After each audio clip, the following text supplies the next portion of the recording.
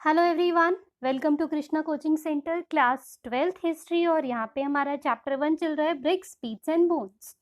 अब हम इसमें क्या टॉपिक पढ़ने जा रहे हैं कि किस तरीके से जो सोशल डिफरेंसेस थे इस समय पे, उस रिकॉर्ड को हम कैसे ट्रैक करेंगे। देखिए, सबसे पहले यहाँ पे दे रखा है बरियल्स या ब्यूरियल्स के बारे में, यानी कि जब किसी की डेथ होती थी तो उस डेथ के बाद उसको बरी कैसे किया जाता था। तो आर्कियोलॉजिस्ट जो हैं जनरली उन्होंने यूज़ किया है सर्टेन स्ट्रैटेजी ये फाइंड आउट करने के लिए कि क्या कोई सोशल या इकोनॉमिक डिफरेंसेस थे, मतलब ये डिफरेंसेस क्या लोगों में हुआ करते थे किसी एक पर्टिकुलर कल्चर के अंदर। फिर उन्होंने ब्यूरियल्स को स्टडी करना स्टार्ट किया। अब देखिए, आपको ऑब्वियस सी बात है, जानकारी होगी बहुत ही बड़े बड़े मैसिव पिरामिड्स ऑफ इजिप्ट के बारे में, जो किसी की ब्यूरियल साइट्स ही होती हैं। तो ऐसे ही हमने देखा जी, हाँ भाई, हो सकता है कि कोई ऐसा कुछ हमें हड़प्पन कल्चर में भी मिल जाए भाई। तो बहुत सारे ऐसे पिरामिड्स जो थे वो रॉयल ब्यूरियल्स होते हैं, जिसमें बहुत सारी बड़ी लार्ज क्वांटिटी ऑफ वेल्थ को उनके साथ बरी किया जाता था। अब जब हमने हड़प्पन साइट्स पे ब्यूरियल देखा तो जो डेड थे दे वर जनरली लेड इन पिट्स। पिट्स का मतलब क्या होता है, गड्ढा करके उसके अंदर उनको लाई डाउन करवाते थे। हाँ ठीक है, कभी कभी डिफरेंस हो जाता था, जैसे कि जो होलोड आउट स्पेसेस थे उनको ब्रिक से भी लाइन कर देते थे। बट क्या ये सच में वेरिएशन हो सकता है, मतलब क्या ये वेरिएशन सोशल डिफरेंस के बारे में ही हो सकता है? देखिए, हिस्ट्री श्योर नहीं है, बिल्कुल श्योर नहीं है हिस्ट्री इस चीज़ के बारे में। अब क्योंकि आप ये देखो, हिस्ट्री बेचारा सब्जेक्ट इतना प्यारा सा क्यूट सा है कि वो हर चीज़ पे अनुमान लगाने की कोशिश करते हैं। हो सकता है अनुमान सत्य हो सकता है अनुमान सत्य ना भी हो। इसीलिए पहले बता के चलते हैं भाई, हम श्योर नहीं है जी, हमारे हिसाब से ही हो सकता है। हिसाब किसने निकाला? आपके हमारे जैसे हिस्टोरियंस ने। सो सम ग्रेव्स के अंदर पॉटरी या ऑर्नामेंट्स भी होते थे, ताकि वो आफ्टर लाइफ में उसको यूज़ कर सके जो भी लोग थे। ज्वेलरी भी कुछ में पाई जाती थी, मेन और वुमेन दोनों के जो प्यूरल्स होते थे उनके अंदर। और जो कुछ एक्सकवेशंस थे at the cemetery in Harappa, कुछ ornament consisting of 3 shell rings वहाँ पे मिलती थी। जास्पर होता था, सेमी प्रेशियस स्टोन्स, उसकी बीड्स मिलती थी, माइक्रो बीड्स मिलती थी नियर स्कल ऑफ मेल। अब बहुत सारे इंस्टेंसेस में डेड को कॉपर मिरर के साथ बरी किया जाता था। बट एज अ होल हम ये कह सकते हैं कि जो हड़प्पन्स थे वो इतना भरोसा नहीं करते थे कि हाँ जी, प्रीशियस थिंग के साथ ही डेड को बरी करना चाहिए, ऐसा कुछ उनका ज़रूरी नहीं था। अब लुकिंग फॉर लग्जरीज, अब देखिए लग्जरीज का क्या मतलब था यहाँ पे। आपके लिए, हमारे लिए हो सकता है लग्जरी के बड़े बड़े मतलब हो, मे बी मेरे लिए जो एयर कंडीशनर है वो लग्जरी हो, किसी के लिए वो नेसेसिटी हो। तो लग्जरी का खैर कंसेप्ट जो है बहुत अलग होता है, बट फिर भी हम देखते हैं लग्जरी है क्या। हम लग्जरी किसे कहते हैं? जो चीज़ रेयर होती है, जो चीज़ कम होती है। और यूटिलिटेरियन चीज़ किसे कहते हैं? जो डेली लाइफ में यूज़ हो रही है। सो अनदर स्ट्रैटेजी जो थी वो ये था कि आर्टिफैक्ट्स को स्टडी करें, जिसको आर्कोलॉजिस्ट ने ब्रॉडली क्लासिफाई कर दिया as utilitarian and luxury. Utilitarian में क्या है, जो डेली लाइफ की चीज़ें हैं वही, जैसे स्टोन क्ले वगैरह से बनाई जाती है, जिसमें cons, pottery, needle, flash rubbers यानी कि जो बॉडी स्क्रबर्स होते हैं, जिसे जूना जैसे आप कहते हैं, जिससे रगड़ रगड़ के नहाते हैं ताकि बहुत सुंदर बन जाए।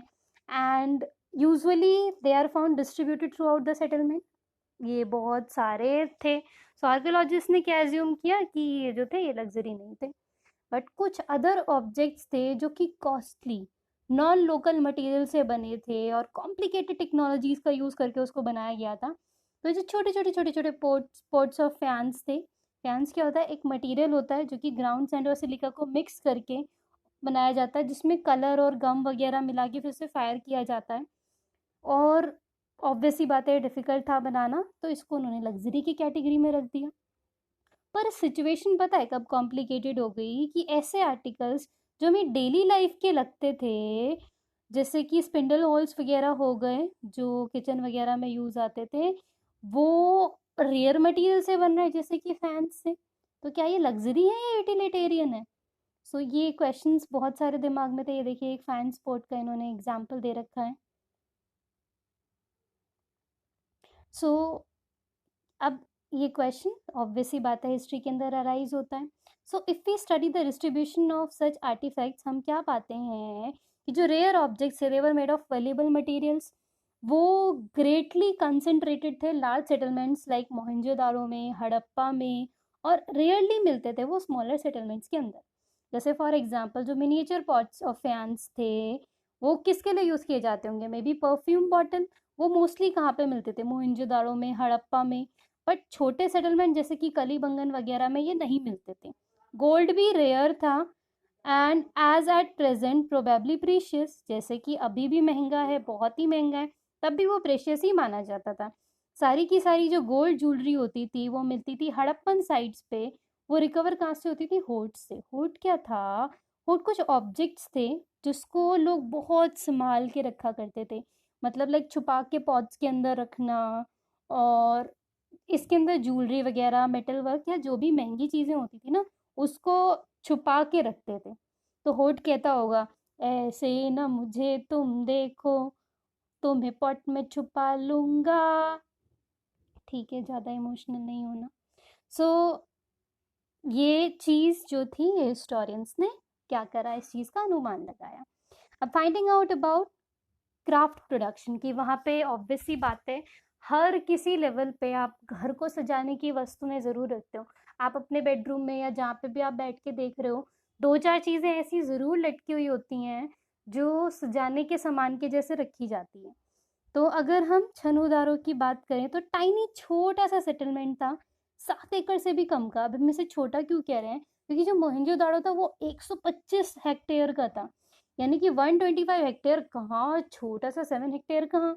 बट ये जो जगह थी, ये एक्सक्लूसिवली डिवोटेड थी क्राफ्ट प्रोडक्शन को लेकर के।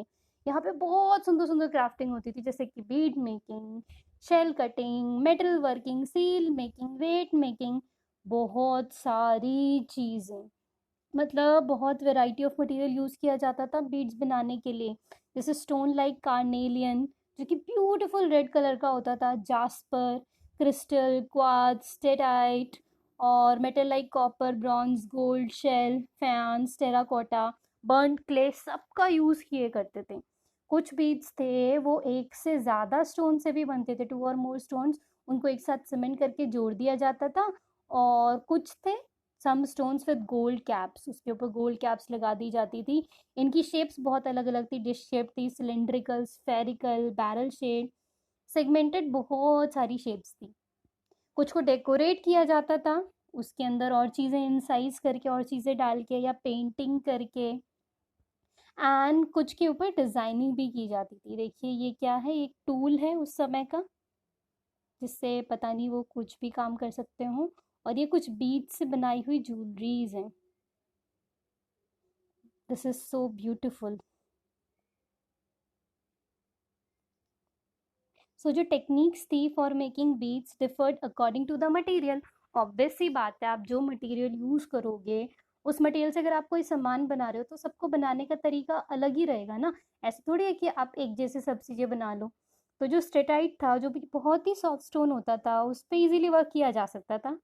कुछ बीड्स थे जो they were moulded out of paste made with steatite powder. Steatite को पाउडर बनाया, उसका पेस्ट बनाया, और फिर उसको माउल्ड अप करके उसको बना के कुछ बीड्स बना दिए। This permitted making variety of shapes. अब इससे आप बहुत सारी शेप बना सकते थे। पर जो जैसे हार्ड स्टोन थे ना, उससे आप कुछ लिमिटेड शेप ही बना सकते थे, क्योंकि उसका पाउडर बना के, उसका घोल बना के, उसका आटा जैसा बना के आप उसको शेप नहीं दे सकते थे। So, how the statite microbeads were made remains a puzzle for archaeologists studying ancient technology. अब देखिए, स्टेटाइट से आपने बहुत सारी शेप बना दी, पर इससे कुछ बीड्स थी ना जो बहुत ही छोटी छोटी बीड्स हुआ करती थी एक पर्टिकुलर शेप में। तो आर्कियोलॉजिस्ट अब भी नहीं पता कर पाए हैं कि वो बनाई कैसे जाती थी, वो क्या टेक्निक का यूज़ करते होंगे वो चीज़ बनाने के लिए। अब जो आर्कियोलॉजिस्ट है, उनके एक्सपेरिमेंट ने क्या रिवील किया है, जो रेड कलर होता था आपका कार्नेलियन का, वो ऑब्टेन होता था by firing the yellowish raw material and beads at various stages. अब आप फायर करते थे येलोइश रॉ मटेरियल को और बीड्स को बहुत सारी स्टेजेस पे, फिर जाके कलर जो था वो आता था। अब जो नोड्यूल्स थे वो चिप्ड होते थे रफ शेप में, उनको ऊपर की तरफ ऐसे नोड्यूल्स बांधा जाता था चिप शेप में, एंड उसके बाद उसको फाइनल फॉर्म में डाला जाता था। ग्राइंडिंग, पॉलिशिंग, ड्रिलिंग, इन सब से पूरा प्रोसेस जाके कंप्लीट होता था। स्पेशलाइज्ड ड्रिल्स जो थी वो मिलती है हमें कहाँ पे, छनुदारों में, लोथाल में, और रिसेंटली हम देखें धोलावीरा में भी मिलती है। नागेश्वर और बालाकोट में आप क्या नोटिस करेंगे कि जो दोनों की दोनों सेटलमेंट है ना, वो समुद्र के पास है, कोस्ट मतलब सॉरी समुद्र इन द सेंस वो पानी के वाले एरिया में, पानी के बराबर में। तो ऑब्वियसली बात है वहाँ पे शेल्स बहुत ज़्यादा मिलते होंगे। तो शेल से वो क्या क्या करते थे, शेल से वो बैंगल्स बनाते थे, लैडल्स बनाते थे, इनले बनाते थे। सिमिलरली जो फिनिश प्रोडक्ट्स है जैसे कि बीड्स फ्रॉम छनुदारा एंड लोथल, ये यहाँ से लेके लार्ज अर्बन सेंटर्स में लेके बेचे जाते होंगे, जैसे कि मोहनजोदारो एंड हड़प्पा। ये देखिए, ये पॉटरी है उस समय की, कितना सुंदर सुंदर पॉटरी बनाते थे वो। और ये आपको नेशनल म्यूजियम दिल्ली या साइट म्यूजियम एट लोथल में देखने को मिल सकता है। अब आइडेंटिफाइंग सेंटर ऑफ प्रोडक्शन, यानी कि जो मेन सेंटर ऑफ प्रोडक्शन है वो किस जगह पे है भाई। तो in order to identify of craft production, archaeologist क्या देखते हैं कि भाई जहाँ पे आपका क्राफ्टिंग हुआ है, आप ये देखो बेस्ट तरीका क्या है, अगर आप कोई चीज़ बना रहे हो तो उसका रफ फेस बहुत ज़्यादा होगा, उसका वेस्ट मटेरियल बहुत ज़्यादा होगा। तो उनके लिए क्या तरीका होता था कि जो रॉ मटेरियल जैसे भी यूज़ हुआ है उसके अंदर जो भी वेस्ट निकला है, तो जहाँ पे भी सबसे ज़्यादा वेस्ट निकला है ना, वहाँ पर ही वो चीज़ बनती होगी। जैसे if a shell or stone is cut to make object, then pieces of these material will be discarded at as waste, तो प्लेस ऑफ प्रोडक्शन में वो मिलेगा ही। ये एक टेराकोटा फिगरिन है, ये बहुत सुंदर सा उन्होंने कुछ मूर्ति जैसा बनाने का ट्राई किया है। This is so beautiful, so pretty, उन्होंने कलाकारी करी है। And this is what, this is simple copper and bronze vessels, जो बर्तन वो यूज़ किया करते थे। तो sometimes large waste pieces were used to make smaller object, कई बार बड़ा अगर वेस्ट का पीस निकल जाता है तो छोटे ऑब्जेक्ट बन जाते हैं। जैसे फॉर एग्जाम्पल अगर मम्मी लहंगा सिलाने के लिए जाती हैं, मम्मी कहती है कि भैया ज़्यादा कपड़ा बच जाए ना तो मेरी बेटी का भी सिल देना। तो इसीलिए सेम टू सेम शादी वादियों में वो तैयार होके जाती हैं मदर एंड डॉटर सी, और जो छोटी-छोटी बिट्स थी वो उनको वर्क एरिया में छोड़ दिया करते थे, क्योंकि उससे कोई यूज़ नहीं। अब इत्तू-इत्तू सी कटिंग का आप टेलर भैया को ये थोड़ी कहोगे भैया इसकी 6 रुमाल और बना के दे देना। तो ये वाली चीज़ है कि जो बड़ी चीज़ें थी, जो बिग चीज़ें थी, उसका वो किसी और जगह पे यूज़ किया करते थे। So these traces suggest that apart from small specialized center, जो क्राफ्ट प्रोडक्शन था वो लार्ज सिटीज़ में भी होता था, जैसे कि मोहनजोदाड़ो में भी होता था, हड़प्पा में भी होता था, ताकि जो वर्किंग है, ठीक है, दूसरे छोटे छोटे शहरों से तो क्राफ्ट मटेरियल आ भी रहा है, बट बड़ा शहर अपना क्राफ्ट मटेरियल भी बना रहा है, क्योंकि वहाँ पर भी हमको बहुत सारे वेस्ट प्रोडक्ट जो हैं वो देखने को मिलते हैं। So we keep this part by now, इस पार्ट को हम यहीं तक रखते हैं। इसका अगला पार्ट हम कवर करेंगे अपने अगले वीडियो में। एंड अगर आपको कोई भी कंफ्यूजन या क्वेरी है तो आप हमसे कमेंट सेक्शन में पूछ सकते हैं। आपको कोई सजेशन देना है तो भी आप हमें कमेंट सेक्शन में दे सकते हैं। So I will try to answer each and every query as soon as possible. और बेटा मैं तुम्हें बस इतना कहना चाहता हूँ कि मेरा नाम जादू नहीं है, ठीक है। मैं आइला जादू जैसा दिख रहा हूँ फ्रॉम द पिक्चर।